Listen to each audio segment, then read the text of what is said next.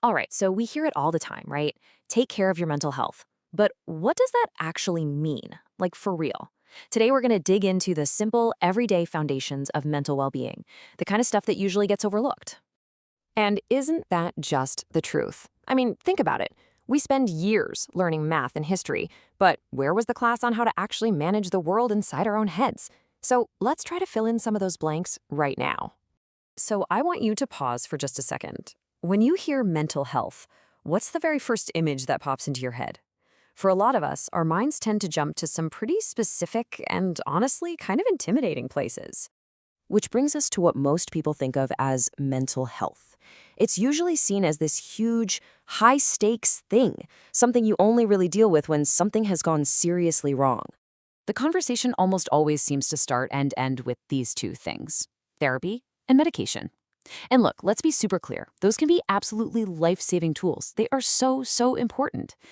But here's the thing. When they're the only things we talk about, it can make mental well-being feel like this giant, out-of-reach goal, something that's only for moments of crisis. So what if we've been looking at this all wrong? Let's just completely switch gears and look at it from a new angle. What if mental well-being isn't about crisis management at all? What if it's something you build, piece by piece, with tiny actions every single day? I know, it sounds almost ridiculously simple, doesn't it? But it's so true. Our brains are mostly water. When you're even a little bit dehydrated, your mood, your focus, it all takes a hit. So yeah, sometimes the very first step toward feeling better is just a glass of water. And it's the exact same story with food. You know that feeling when you're down and the last thing you want to do is eat? Well, your brain is a powerhouse. It burns through energy like crazy. Keeping it fueled is one of the most basic, foundational ways you can support your mental state. It's a real act of self-care. You know, it's not just about what we put in our bodies, it's also about what we let into our minds.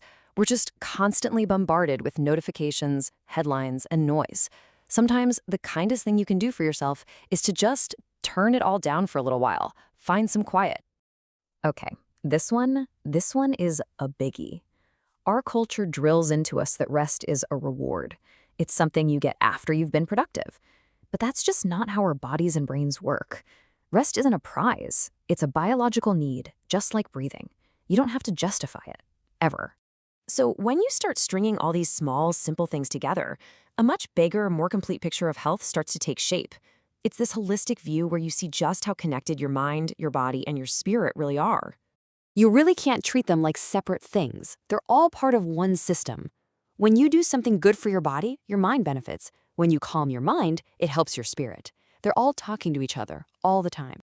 Let's just zoom in on the body piece for a second and talk about sleep. Seriously, sleep is not a luxury. It's when your brain does its cleanup work.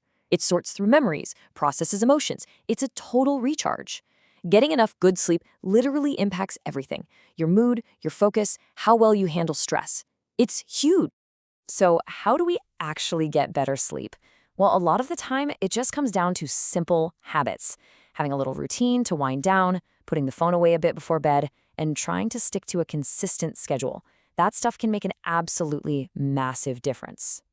And we can't forget about the spirit part of the puzzle. Now, this doesn't have to mean religion. Spiritual can mean anything that connects you to something bigger than yourself. Maybe it's meditating, maybe it's a walk in the woods, or painting, or just feeling part of a community. It's all about finding what gives you that sense of meaning. Okay, so once we start building these foundations, what comes next? Well, the next step is about being brave. It's about taking action and finally breaking the weird silence that always seems to surround mental health. We have got to change how we think about asking for help. It's not a sign that you failed. It's not a last resort. Reaching out is a brave, powerful, and totally foundational step in taking care of yourself, just as important as drinking water or getting enough sleep. And hey, if all of this still feels like a lot to take in, I just want you to remember this one thing. It all starts with one glass of water, one good night's sleep, one conversation. That one small step isn't just a beginning, it is a victory in itself.